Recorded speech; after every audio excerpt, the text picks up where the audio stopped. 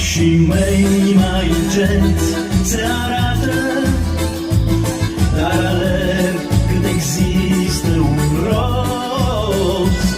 Să prind trenul, e ultima dată, vreau să fiu călător cum am fost.